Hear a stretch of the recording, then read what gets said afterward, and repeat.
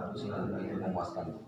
Kami juga mengharapkan kepada provinsi.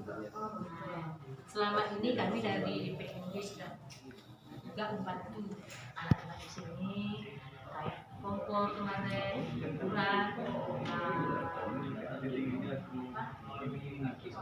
masker.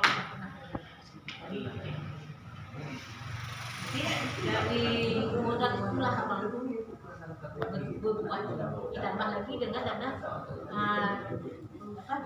BUMD.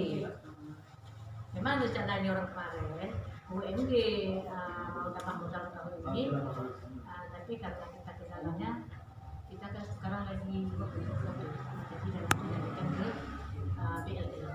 Bantulah kakak untuk yang masa yang akan datang. DPMG Aceh Selatan. Bersama.